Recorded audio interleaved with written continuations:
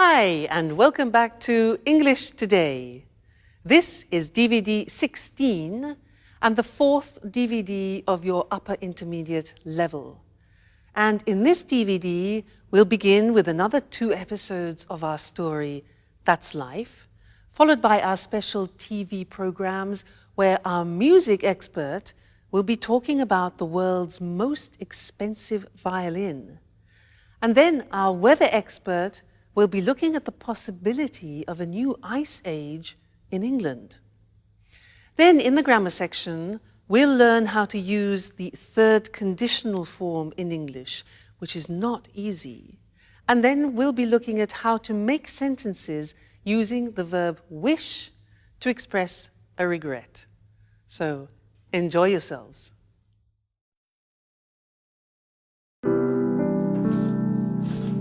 Good morning, Sarah. Have you seen what a beautiful day it is? How about a walk in the countryside and then we can relax by the pool? I don't really feel like going out. I'd rather stay in and read. Oh, come on, Sarah. Don't be your usual antisocial self.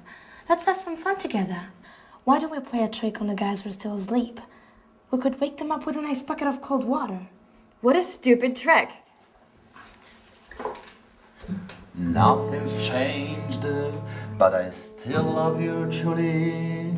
Beautiful girl with brown eyes, dusting away my heart's sighs. That's all we needed. Oh, you don't understand, Sarah. This is poetry.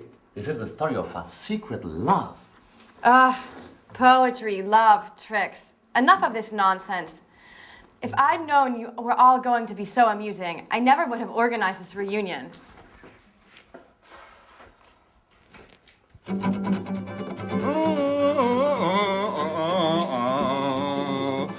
Beautiful girl with brown eyes, dusting away my heart aside. Oh no, Paolo! Look what a mess you've made. And by the way, you didn't clean the kitchen last night, did you? Come on, Michelle, give me a hand. No, I'm sorry. I can't touch that awful stuff. When are you going to get the message? I never touch that awful stuff. I hate detergents and the multinationals that make them. And I hate cleaning too. Oh, come on, we're on holiday. What is this racket?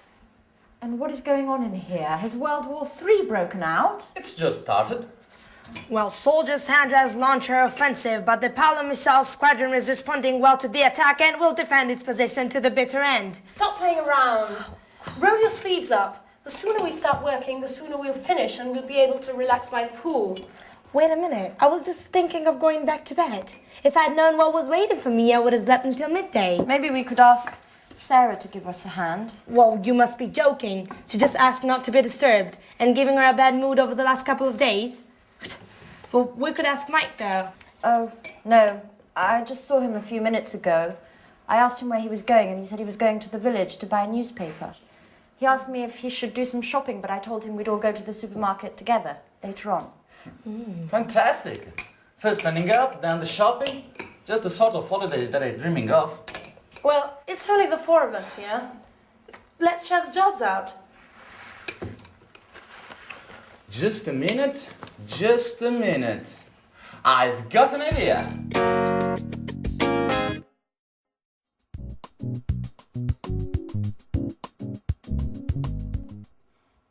How about you and Anne having a cleaning competition?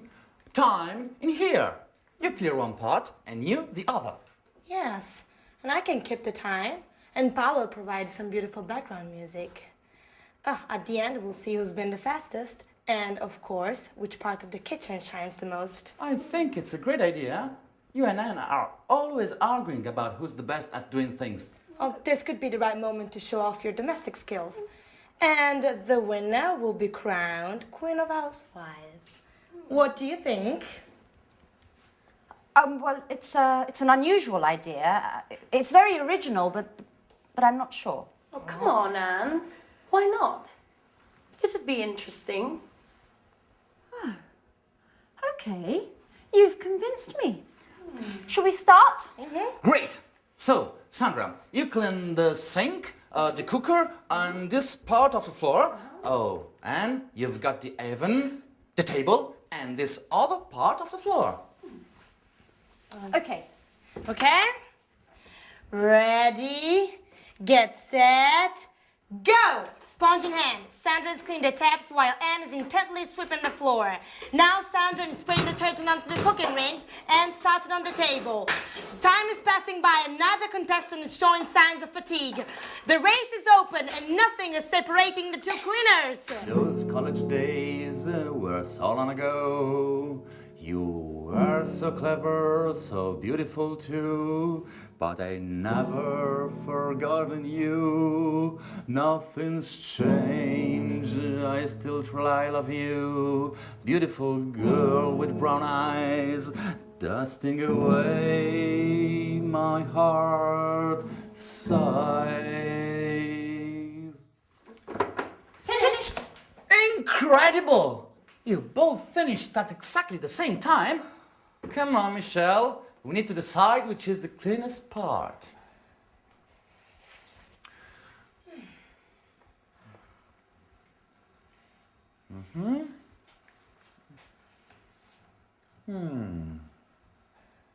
So, Who's won?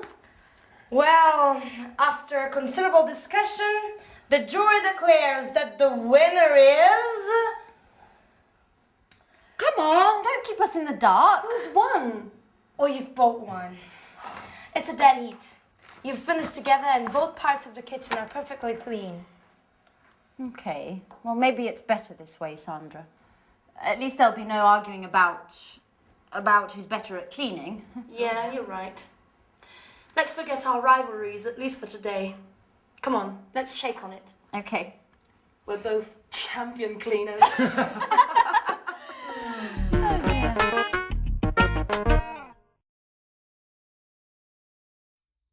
A cleaning competition. Now that's an interesting concept. Could only be invented by Anne. Now that is something where I would definitely lose. Cleaning competition, no way. What about you? Anyway, that last episode was great because it helps me introduce to you one of the most difficult grammatical forms in the English language, which is called the third conditional. We have three conditionals in English. 1, 2, 3. The first, let me give you an example. If I see him, I'll tell him. That's number 1. If I saw him, I would tell him. That's number 2. Number 3 is what we're going to look at now. If I had seen him, I would have told him. Sounds terrible, doesn't it? Too much grammar. But last lesson was useful because we learned the first part of the third conditional, which is the past perfect. They used it in the episode. It was Sarah. She said, if I had known you were all going to be so amusing, I would never have organized this reunion. Now that's a good example, and it's difficult. We often use the third conditional when we talk about a regret. Let me give you an example.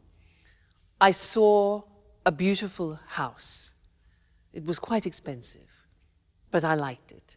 I needed time to think about it, and I didn't buy it immediately.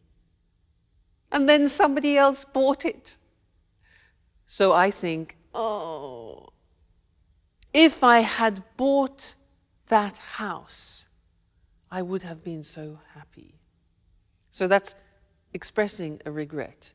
So let's go to the screen and see how it's constructed, because it's really not easy. It takes time to be fluent in the third conditional.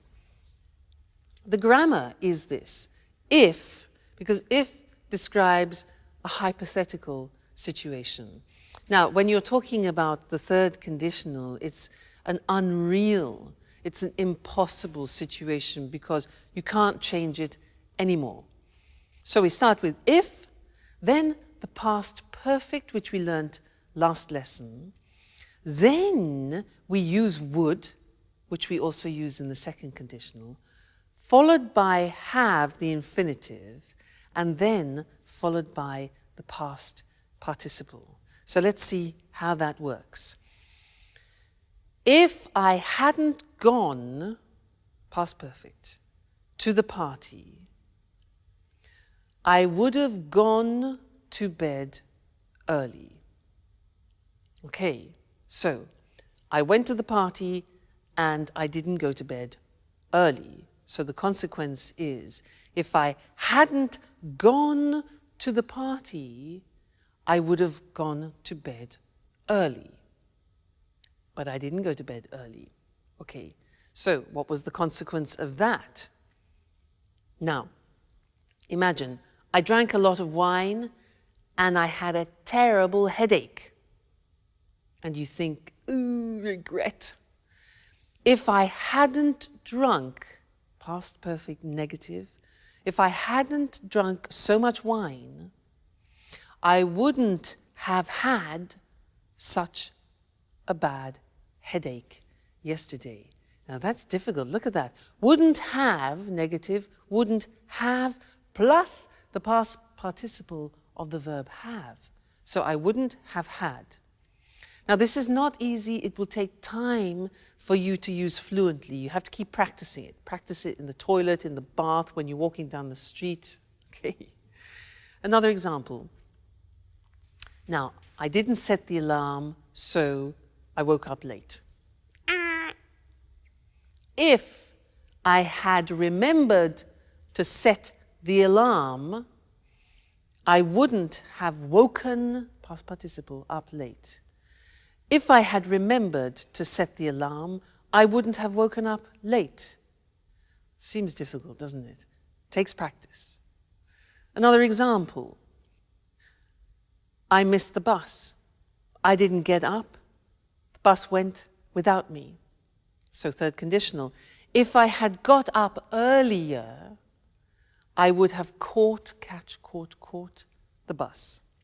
If I had got up earlier, I would have caught the bus. Impossible situation, can't change it. If I hadn't been late for work because I missed the bus, so I was late for work, my boss wouldn't have been so annoyed. Wouldn't have been, you notice be in the past participle, been so annoyed. And the last one, well, we lost the contract because I went to the party, I drank too much wine and I missed the bus. Everything was late. So if I hadn't gone to the party, we wouldn't have lost the contract. If I hadn't gone to that party, we wouldn't have lost the contract, okay? Terrible consequences of my irresponsible behavior. So that's the third conditional. Please don't worry, it is difficult, probably one of the most difficult things in the language, and it takes time to get fluent in it. But just keep practicing. Just take a phrase and say it to yourself often. Like, if I hadn't done that, if I had studied more, I would have passed the exam, as an example. If I had studied more, I would have passed the exam. All right? So, happy practicing. Bye.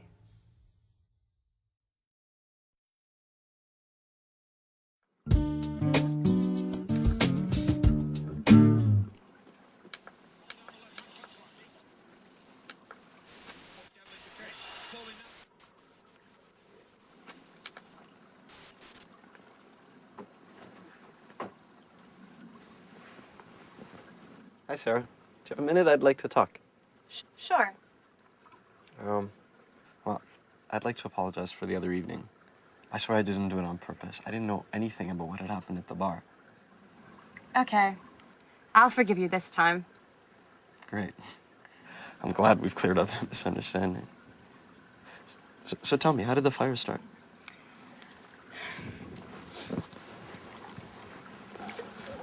I don't really know. The lighting system had been checked 2 days earlier by the electrician. And the sprinkler system was working fine too. It had just been installed, but it didn't work. How's that possible? I don't really know. Someone must have thrown a cigarette on the curtains, which caught fire straight away. The whole pub burned down in a few hours. The fire brigade couldn't save the place. It all went up in flames. I wish I'd been more careful. I wished I'd checked everything more carefully. But it's not your fault, Sarah. How could you have prevented the fire?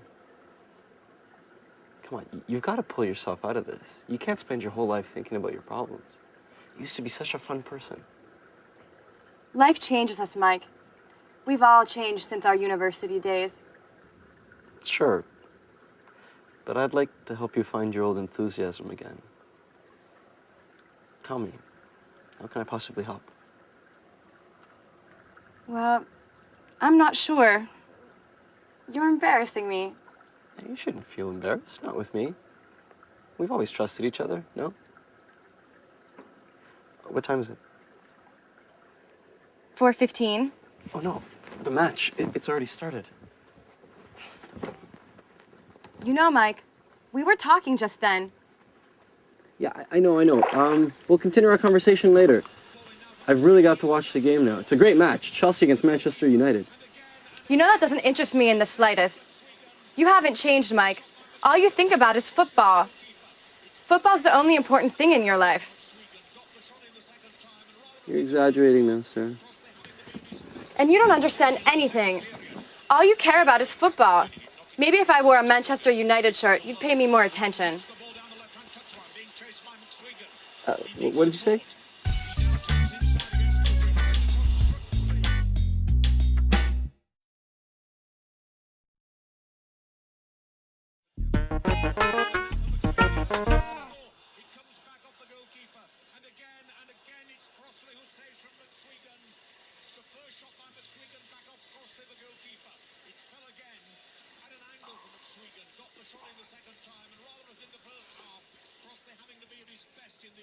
I'd like to tell you, I love you, but I'm afraid of being wrong with you. Beautiful girl with brown eyes, dancing away my heart's sight. Oh no, Paolo, that's all I needed is you, with your stupid guitar. I've had enough. I'm going to my room.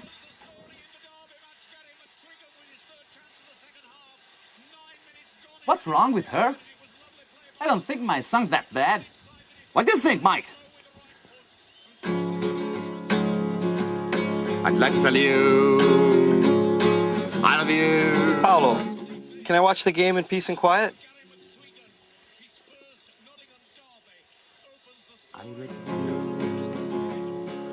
I love you. That's enough.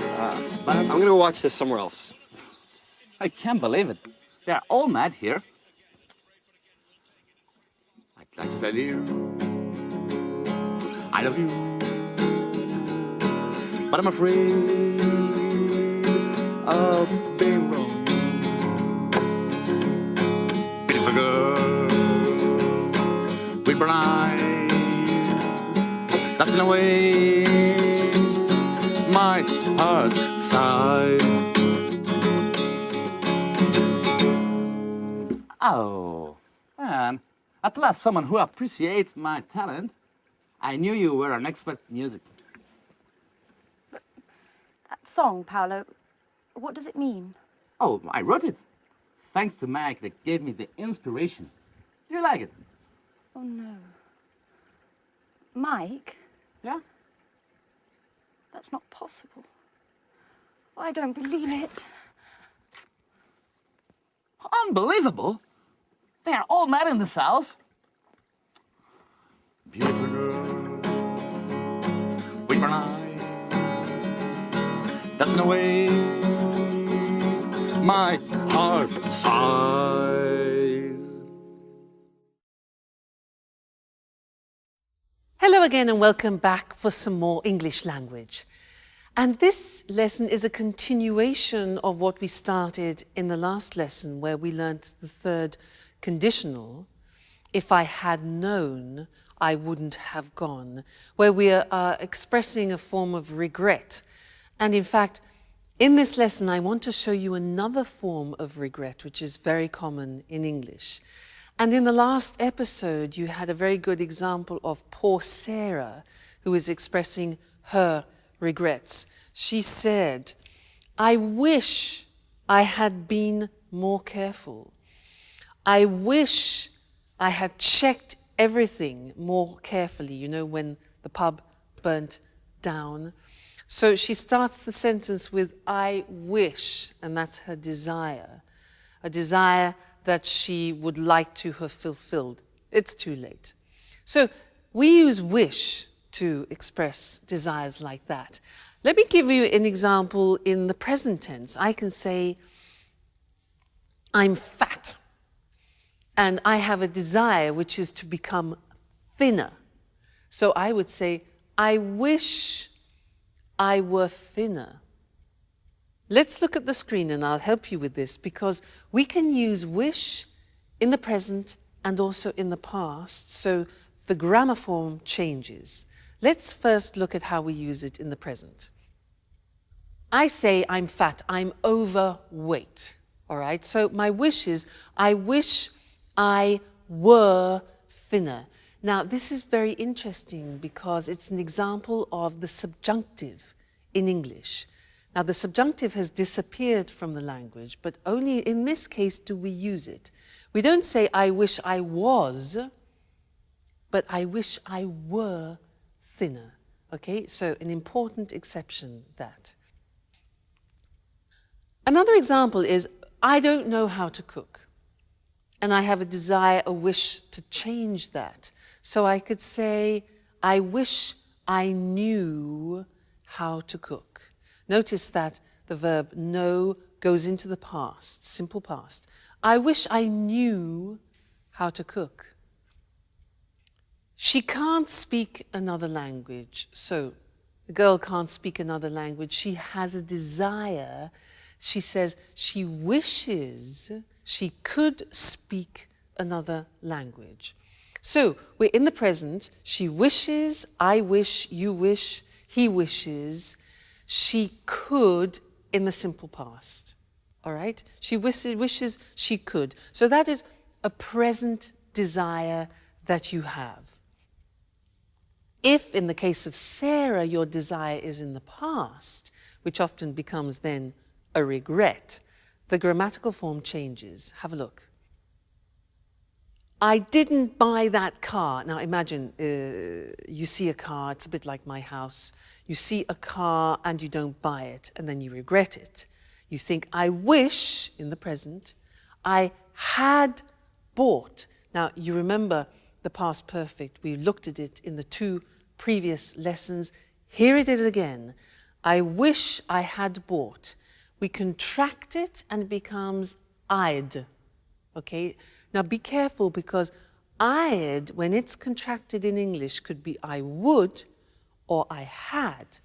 Now, would never be followed by the past participle. So you can tell if it's had because the past participle follows. All right? So I wish I'd bought it. All right? Another example. She spent so much money last year, and now she's got problems. So she wishes she hadn't spent so much money. All right, past perfect. He didn't come to the performance, that's the situation. His desire in the past. He wishes he'd come to the performance. Or I could say, I wish he'd come to the performance. All right? One more. We lost the tickets. They wish they hadn't lost the tickets. Okay? So that is an important verb, wish. It's important because often we want to express our desires both in the present. I wish I were thinner. and also in the past. I wish I had studied more languages. All right, so when you want to use wish, think, is it present, is it past? And then choose the correct grammar form. Great. So I wish I had met you earlier. We could have done a lot of language together. But I look forward to seeing you next lesson. Okay? Bye. Good morning and welcome to this week's edition of Music World. And welcome to Tony Moore, our music expert. Hello, Lucy. And good morning to all our music fans. Well, Tony, on May 16th, 2006, a Stradivari violin was sold at auction in New York for $3.5 million. The Christian hammer violin, as it's called, had become the world's most expensive musical instrument. So why is this violin so special? Well, this violin was made in 1707 by Antonio Stradivari in the family workshop in Cremona, near Milan in northern Italy. The years 1700 to 1720 are called Stradivari's golden period because of the exceptional sound quality of the instruments he made during this time. So why is the sound quality so good? Oh, good question, Lucy. During this period, Stradivari came up with some tiny improvements to the shape of the violin. Experts think that these changes to the shape of the violin, particularly to the shape of the belly and the back plate, may in part be responsible for their incredible sound quality. So it's the shape of the violins that makes them so sought after by the world's best musicians. Yes, but not only the shape. You know, the wood Stradivari used to make his violins may have been stored underwater in the Venice lagoon before he bought it. It's thought that this may have damaged the wood slightly and may in part be responsible for the special sound. So the shape and wood that was stored in the lagoon in Venice is why Stradivari violins are so special. Well, actually, there are one or two other possible explanations. Tell us more. Some music historians say that the varnish Stradivari used may be behind the exceptional sound quality. Others say the secret is in the glue he used. And two American scientists have recently suggested that the quality of these violins is due to the cold weather experienced in Europe during the period when the violins were made. Cold weather and wonderful violins. I don't see the connection, Tony. Well, you see, Lucy, the colder weather resulted in trees growing more slowly. The wood from these trees was denser than normal and makes a better sound when it's used for making violins. Interesting. I can see now that everything's perfect about these violins. By the way, who bought the Christian hammer violin? We don't know, actually. Well, the buyer remained anonymous. He or she is probably a private collector. And what do you think the new owner will do with this wonderful instrument? Well, music lovers are hoping that the owner will allow the world's best violinists to play the instrument at concerts around the world. This has already happened in the past, with this violin too.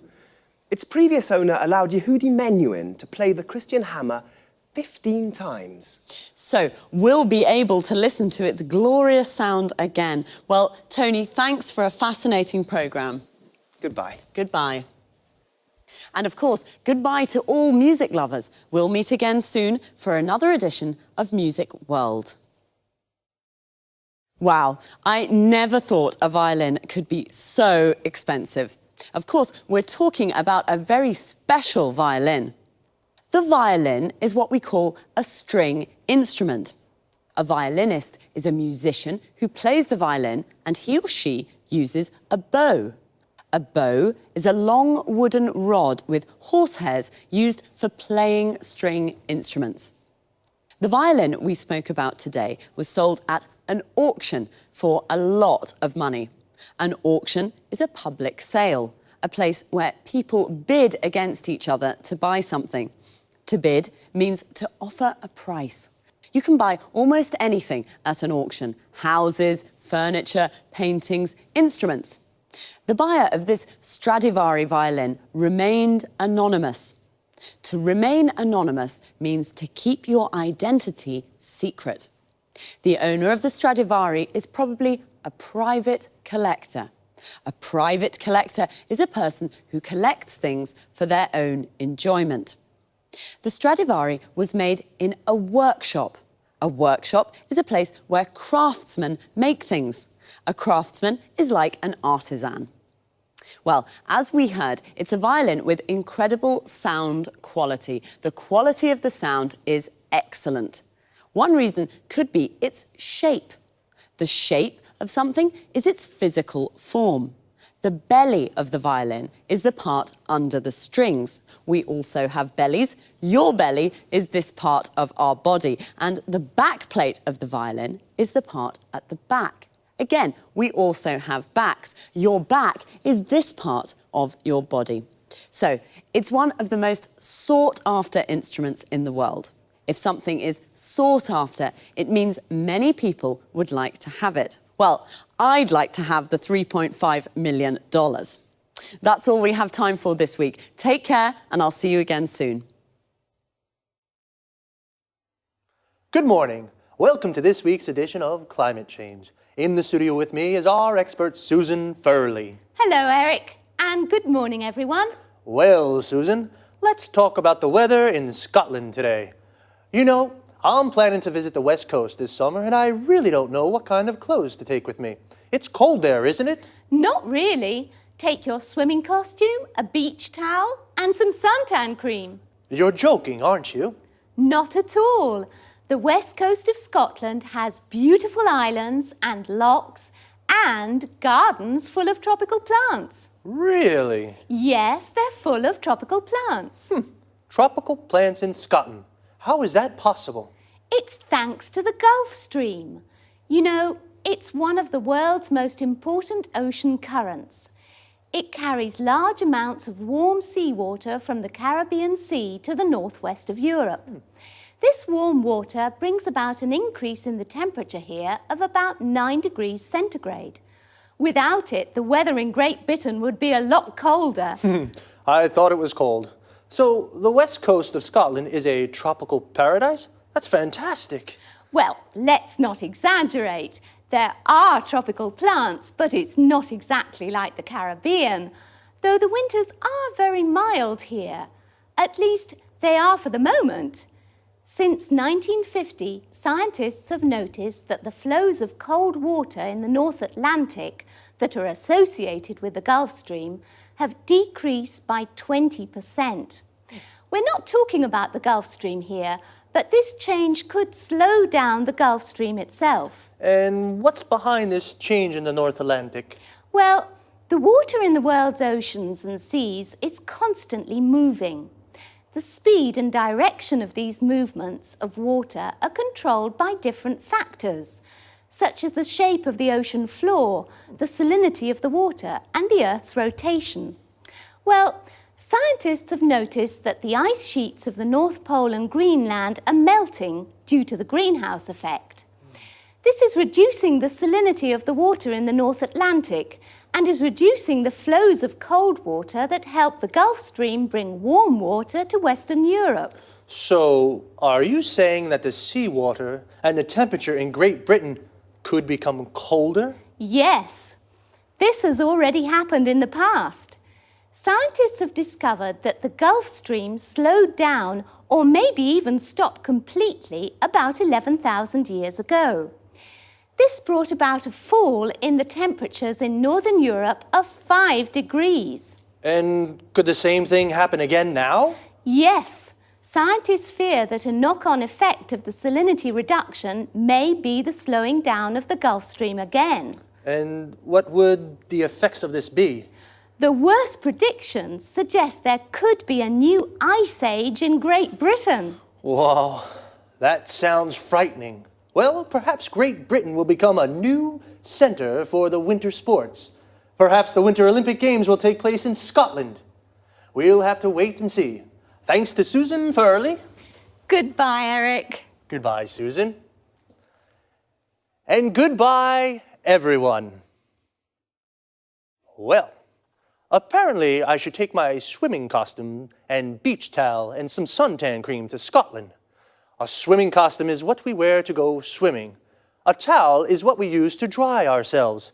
And a beach towel is a big towel for the beach. Suntan cream, sometimes called suntan lotion, is the cream we use to protect ourselves from the sun.